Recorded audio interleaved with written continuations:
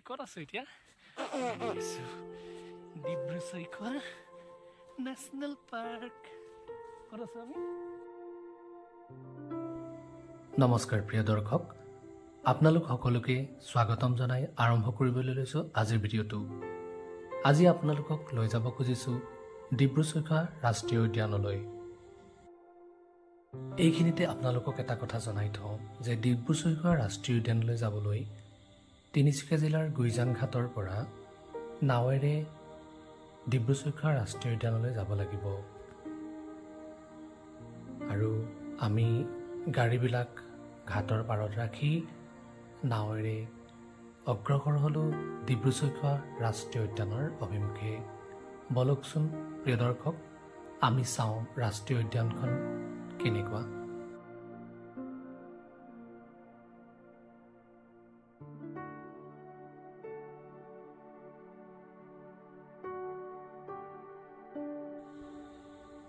ডিব্ৰু নৈৰ বুকুৱেদি আমি আগবাঢ়ি গলো ডিব্ৰু-চৈখোৱা ৰাষ্ট্ৰীয় উদ্যানলৈ এইখন হৈছে ডিব্ৰু নদী আৰু হোৱা যে দেখিছে সেইখনে হৈছে ডিব্ৰু-চৈখোৱা ৰাষ্ট্ৰীয় উদ্যান ডিব্ৰু নদীৰ উত্তৰ পাৰৰ সীমাৰে আবৃত হোৱাৰ কাৰণে আৰু ডিব্ৰু-চৈখোৱা ঘাটৰ ওচৰত অৱস্থিত কাৰণে ৰাষ্ট্ৰীয় উদ্যানখনৰ নামাকৰণ কৰা হ'ল ডিব্ৰু-চৈখোৱা ৰাষ্ট্ৰীয় উদ্যান এয়া হৈছে আমি গৈ থকা নাওখনৰ এটা কেবিন আৰু ইয়াৰ পৰা খিৰিকীৰ ফাকেৰে ডিব্ৰু নদীৰ সৌন্দৰ্য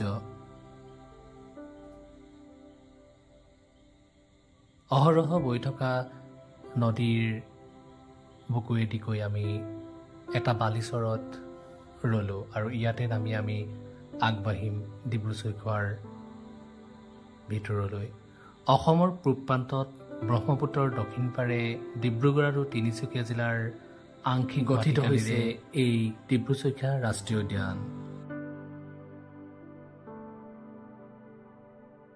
হেল্ল' ক'ত যোৱা অৰ্চিতা ক'ত যোৱা আমি এজোপা গছ চাবলৈ যাওঁ গছজোপা কেনেকুৱা আছে বহুত পুৰণা একদম 3 কিলোমিটাৰমান হৈ গৈছে বুলি কৈছে চাবলৈ যাম দেই যাবা না তুমি 1999 চনত 340 বৰ্গ কিলোমিটাৰৰ অভয়াৰণ্যখনক ৰাষ্ট্ৰীয় উদ্যানলৈ উন্নীত কৰি ডিব্ৰু-চৈখোৱা ৰাষ্ট্ৰীয় উদ্যান হিচাপে চৰকাৰী স্বীকৃতি প্ৰদান কৰা হৈছিল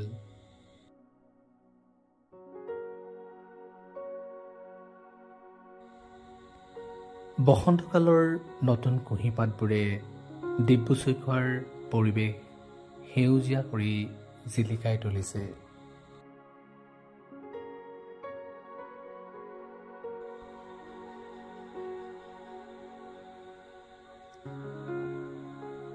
ডিব্ৰু-চৈখোৱা ৰাষ্ট্ৰীয় উদ্যানখন ভাৰতবৰ্ষৰ একমাত্ৰ বনঘৰচীয়া ঘোঁৰা পোৱা উদ্যান এই ঘোঁৰাবোৰক বনঘৰচীয়া ঘোঁৰা বুলি নামাকৰণ কৰাৰ ইতিহাস হ'ল এই ঘোঁৰাবোৰ আছিল দ্বিতীয় বিশ্বযুদ্ধৰ সময়ত ব্ৰিটিছ সৈন্যই ব্যৱহাৰ কৰা ঘোঁৰা যুদ্ধ অন্ত পৰাৰ পাছত ইংৰাজ সৈন্যই এই ঘোঁৰাবোৰ ইংলেণ্ডলৈ ঘূৰাই নিনি বনত মুকলি কৰি দিয়ে এই ঘোঁৰাবোৰ বনতেই থাকি যায় আৰু বনৰীয়া হৈ পৰে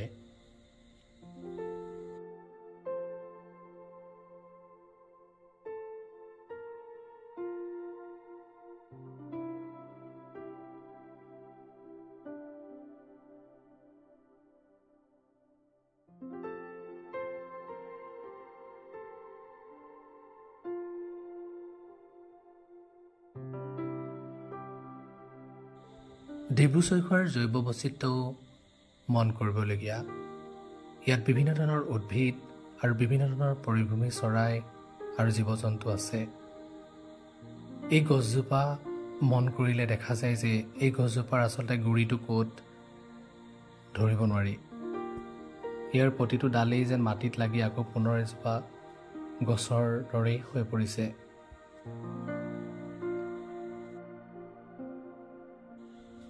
এই উদ্যানখন হৈছে অসমৰ ৰাজ্যিক চৰাই আপুৰুগীয়া দেওহাঁহৰ আৱাসভূমি এইবিলাকৰ উপৰিও ডিব্ৰু-চৈখোৱা ৰাষ্ট্ৰীয় উদ্যানখন অসম চৰকাৰে ৰাজ্যিক জলজ পশু হিচাপে স্বীকৃতি দিয়া লুপ্তপ্ৰায় শিহু অৰ্থাৎ ৰিভাৰ ডলফিনৰ বাসস্থান।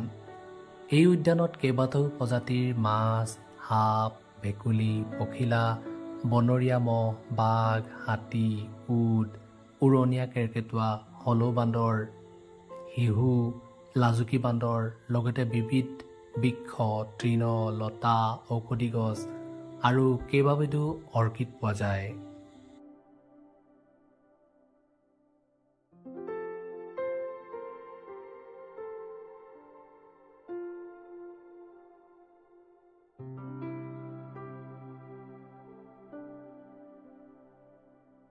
প্ৰিয় দৰ্শক, আমি পুনৰ আগবাঢ়িছোঁ নৌকা যাত্ৰাৰ বাবে। ডিব্ৰু নৈৰ বুকুৱেদি আগবাঢ়ি গৈ আমি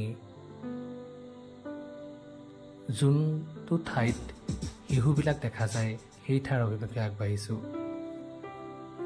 পৰ্যটকৰ বাবে এই নাওখনতে খোৱা বোৱাৰ ব্যৱস্থাও ৰখা হৈছে।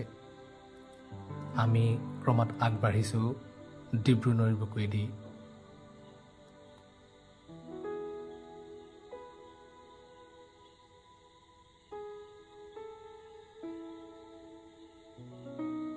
এয়া চাওকচোন, কি সুন্দৰ পৰিৱেশৰ মাজেৰে নাওখন আগবাঢ়িছে। বতৰটো অলপ ডাৱৰীয়া আছিল। কিনকিনীয়া বৰষুণত ডিব্ৰু নৈৰ বুকুৱেদি আগুৱাই যোৱাটো এক বেলেগ ধৰণৰ আমেজ পোৱা গৈছিল। নাওখন নি এটা চাপৰিৰ কাষত ৰখাই দিলে আৰু আমি সেই চাপৰিৰ পৰাও নদীখনৰ লগতে ডিব্ৰু-চৈখোৱাৰ চৌপাশৰ সৌন্দৰ্যৰ উপভোগ কৰিব পাৰিলোঁ।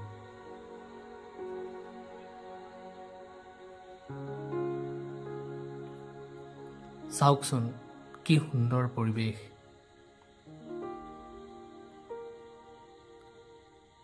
মাজত এটি বালিচৰ আৰু দূৰত দেখা সৌ গছবোৰেই হৈছে ডিব্ৰু-চৈখোৱা।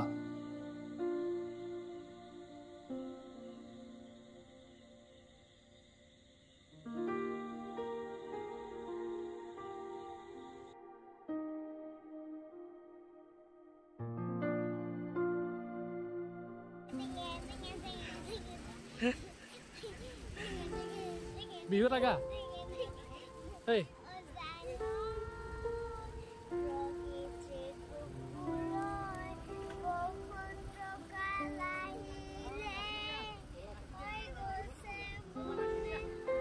কেনেকৈ কৰ আকৌ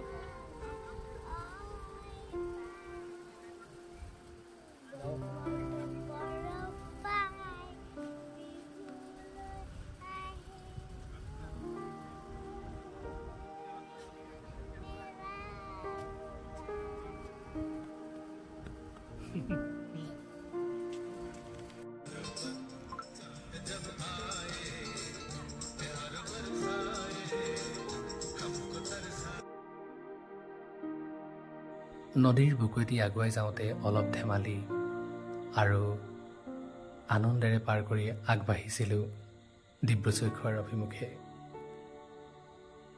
ডিব্ৰু-চৈখোৱাত বহু ধৰণৰ জীৱ জন্তু আছে যদিও জীৱ জন্তুবিলাক দেখাৰ সৌভাগ্য আমাৰ নঘটিল। আনকি সেইদিনা নদীৰ শিশুটিও আমাৰ আগত দেখা নিদিলে। যি কি নহওক, ডিব্ৰু-চৈখোৱাৰ সেউজীয়া ৰূপে আমাক মুগ্ধ কৰি তুলিলে। এয়া চাওকচোন, গছবোৰৰ নতুন কুঁহিপাতবোৰে ডিব্ৰু-চৈখোৱাক যেন এক নতুন ৰূপ দিছে। প্ৰিয় দৰ্শক, ভিডিঅ'টি ধৈৰ্য সহকাৰে চোৱাৰ বাবে থাকিল অশেষ ধন্যবাদ। পুনৰ এটি তথ্য সমৃদ্ধ ভিডিঅ'লৈ পুনৰ অহাৰ প্ৰতিশ্ৰুতিৰে আজিলৈ আহোঁ। ধন্যবাদ।